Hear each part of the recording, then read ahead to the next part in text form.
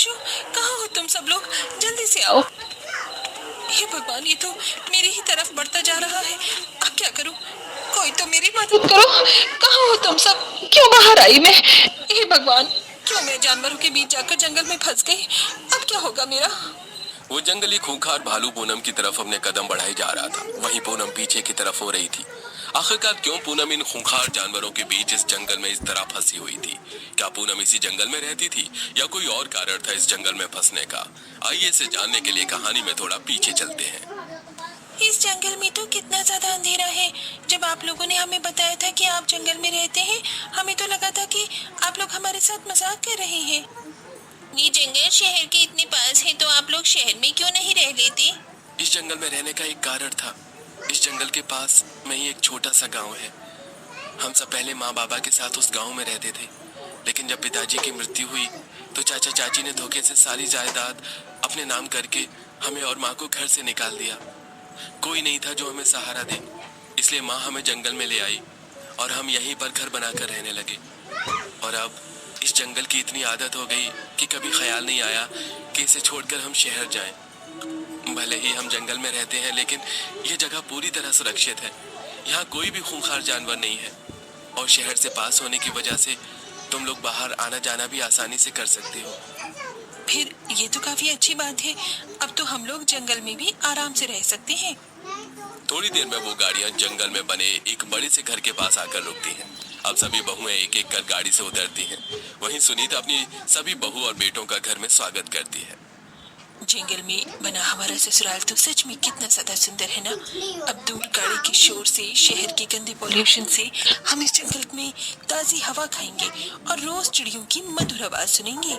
मैं तो कह रही हूँ, एक दो दिन में हम सब इस जंगल में घूमने के लिए निकलते हैं। मैंने सुना है जंगल में तरह तरह के फूल और फल होते हैं। बहुत मजा आएगा जंगल में। उन सभी 10 बहुओं को अपने जंगल में बने ससुराल में आए हुए तकरीबन एक हफ्ता हो गया था और वो सभी ही काफी ज्यादा खुश थे। एक हफ्ता होने पर भी उन सभी लोगों को जंगल में किसी भी तरह की रहने की कोई परेशानी नहीं हुई थी। सभी बहुएं अपने घर के कामों में लगी होती हैं। वहीं भारती अपने कमरे में शीशे के सामने बैठकर तैयार हो रही थी। आज तो मैं ये रेड वाली साड़ी पहनकर रेड वाली चटक लिपस्टिक लगाऊंगी और उनके साथ लंच पर जाऊंगी। भारती गुनगुनाते हुए तैयार हो रही होती है कि तभी सामने लगे शीशे में भारती देखती है कि उसके पीछे जो कमरे की खिड़की बनाई है वहाँ पर एक बड़ा सा लंगूर बैठा हुआ है। ये तो लंगूर है, ये अचानक यहाँ कैसे आ गया? रुकिए, भूलकर भी इस ऐप को डाउनलोड न करें, वरना आपके सारे पुराने डिलीट हुए फोटो और वीडियो वापस आ जाएंगे, चाहे वो 1 साल 2। यहाँ कैसे आ गया? भारती थोड़ी कमजोर दिल की थी, इसलिए वो लंगूर को देखते ही बेहोश हो जाती है। थोड़ी देर में जब कोमल भारती के कमरे में आती है तो उसे बेहोश देखकर काफी परेशान होती है। कोमल जल्दी से सभी को कमरे में बुला लेती है। सुनीता जल्दी से भारती पर पानी के छींटे मारती है, जिससे भारती को होश आ जाता है। भारती बहू, क्या हुआ तुझे? ऐसी बेहोश कैसे हो गई? तेरी तबीयत तो ठीक है ना? थोड़ी देर पहले मेरे कमरे की खिड़की पर एक बहुत बड़ा सा लंगूर बैठा हुआ था। पता है, वो मुझे आँख फाड़कर घूर घूर कर देख रहा था। कहाँ देखा तूने लंगूर? लेकिन बहू, जितना मुझे पता है इस जगह में तो कोई लंगूर नहीं है। हम तो यहाँ सालों से रह रहे हैं। हो सकता है तेरा वहम हो। भारती अपनी सास की बात को सच मानकर इसे अपना वहम समझ लेती है और ऐसे ही 1-2 दिन गुजर जाते हैं। यार, आजकल कितनी ज्यादा गर्मी हो गई है ना। मेरा तो मन कर रहा है कि मैं स्विमिंग पूल में जाकर नहा लूं। आप तो स्विमिंग पूल में नहाकर ही इस गर्मी से राहत मिलेगी। तभी देरी किस बात की है? हमारे घर के पीछे ही तो स्विमिंग पूल बनवाया है हमने। वैसे ये स्विमिंग पूल हमारे घर में बने स्विमिंग पूल से काफी छोटा है, लेकिन यहाँ पर भी हमें काफी मजा आएगा। सभी बहुएं गर्मी से राहत पाने के लिए जैसे ही घर के पीछे बने स्विमिंग पूल में जाती हैं, तो देखती हैं कि वहाँ पर एक बड़ा सा मगरमच्छ स्विमिंग पूल में तैर रहा है। ये मेरी आंखों का धोखा है या सच में स्विमिंग पूल में मगरमच्छ है? उस मगरमच्छ को देखकर सभी बहुएं काफी डर जाती हैं और अब सारी बात अपने पतियों और सास को बताती हैं। उनके पतियों के पता करने पर उन सबको पता चलता है कि जंगल के पास ही बने वुल्कानों के फूटने के कारण वहाँ के जंगल में जितने भी खूंखार जंगली जानवर थे वो अब सब इस तरफ आ गए थे। हे भगवान माँ जी, इसका मतलब ये जंगल हमारे रहने के लायक सुरक्षित नहीं है। अब हम क्या करेंगे? परेशानी की तो बात है, लेकिन हम इतने सालों से जंगल में रह रहे हैं और तुम लोग डरो मत। बस अपने कमरे की खिड़की दरवाजे हमेशा बंद रखना और जब घर से बाहर जाओ तो डंडा या मशाल लेकर जाना। अब सभी बहुएं अक्सर घर की सारी खिड़कियां बंद ही रखती थी और जब भी बाहर आती तो डंडा या चाकू अपने साथ लेकर जाती। ऐसे ही और समय कुछ गुजर जाता है। रानी किचन में खड़ी होकर रोटियां बना रही थी कि तभी उसे अजीब सी आवाज आती है। ये अजीब सी आवाज कहाँ से आ रही है? रानी किचन में बनी खुली हुई थोड़ी सी खिड़की से जब बाहर झांक कर देखती है तो उसे एक लकड़बग्घे का बच्चा दिखाई देता है जो भयानक आवाज निकाल रहा था। उस लकड़बग्घे के बच्चे को देखकर रानी जल्दी से खिड़की बंद करती है और भागती हुई घर में आ जाती है। वहीं दूसरी तरफ चलो आखिरकार सारे कपड़े अलमारी में लगा दिए, अब जाकर बाकी काम कर लेती हूँ। वर्षा अलमारी में कपड़े लगा रही होती है, तभी उसे अलमारी में से एक अजीब सी आवाज आती है। वर्षा जैसे ही अलमारी में रखे कपड़ों को हटाकर देखती है तो उसे एक सांप का बच्चा दिखता है, जिसे देख वर्षा डर के मारे अलमारी से दूर जाकर खड़ी हो जाती है। सांप! मेरी अलमारी में सांप का बच्चा कहाँ से आया? वर्षा डर के मारे कमरे से बाहर चली जाती है। अब धीरे धीरे आए दिन उन सभी बहुओं को जंगल के खूंखार जानवरों का सामना करना पड़ रहा था, जिससे वो सब काफी परेशान थे। अरे यार, ये मुझे आधी रात में ही वॉशरूम क्यों आता है? इतनी अच्छी नींद आ रही थी, अब उठना पड़ेगा मुझे। गीता आधी रात वॉशरूम करने के लिए उठती है। गीता के कमरे की लाइट्स ऑफ हो रखी थी।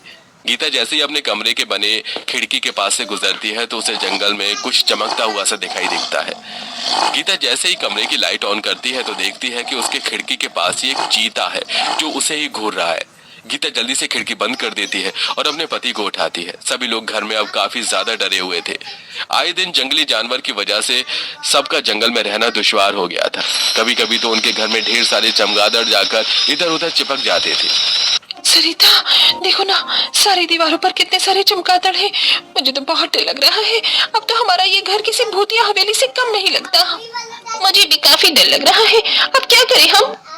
ऐसे ही कई दिन और गुजर जाते हैं। पूनम और कोमल रसोई में खाना बनाने के लिए जाती हैं तो देखती हैं कि सिलेंडर में बिल्कुल भी गैस नहीं है। अरे यार, सिलेंडर तो पूरा खत्म हो गया है और स्टोर रूम में भी सिलेंडर नहीं है। घर में सबको भूख लग रही है, अब क्या करें हम?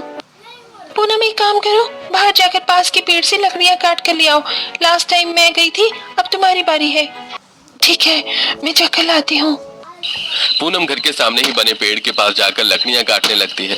तभी वहां पर एक खूंखार भालू आ जाता है, जिसे देखकर पूनम डर जाती है और हाथ में एक बड़ा सा डंडा उठाकर उसे भगाने की कोशिश करती है। वो खूंखार भालू पूनम से डरने की बजाय उसके करीब ही जा रहा होता है, जिसके चलते पूनम काफी ज्यादा डर चुकी थी। इससे पहले वो खूंखार भालू पूनम पर अटैक करता कि तभी अंदर से सभी लोग बाहर आते हैं।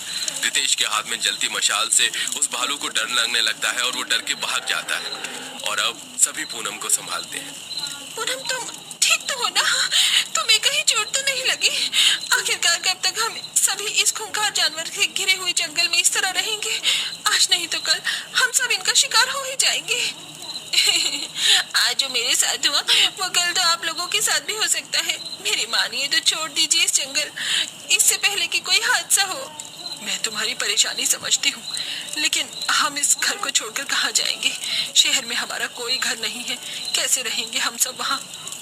मैंने डीलर से बात की है, वो शहर में बहुत कम दामों में हमें घर दिलवा देगा। बाकी पैसे हम उसे धीरे धीरे इंस्टॉलमेंट में दे देंगे। अब हम अपनी जान को खतरे में नहीं डाल सकते। अगले दिन सभी बहू अपने पतियों और सास के साथ जंगल में बने खूंखार जानवरों से घिरे उस घर को छोड़कर हमेशा हमेशा के लिए शहर आ जाते हैं और अब शहर आकर बिना किसी डर के आराम से अपने आगे की जिंदगी हंसी खुशी जीते हैं। अर्चना, मुझे तो तेरी बेटी बहुत पसंद आई। मैं तो यहाँ तुझसे मिलने आई थी, पर अब सोच रही हूँ कि लगे हाथ अपने बेटे का रिश्ता भी पक्का करती जाऊँ।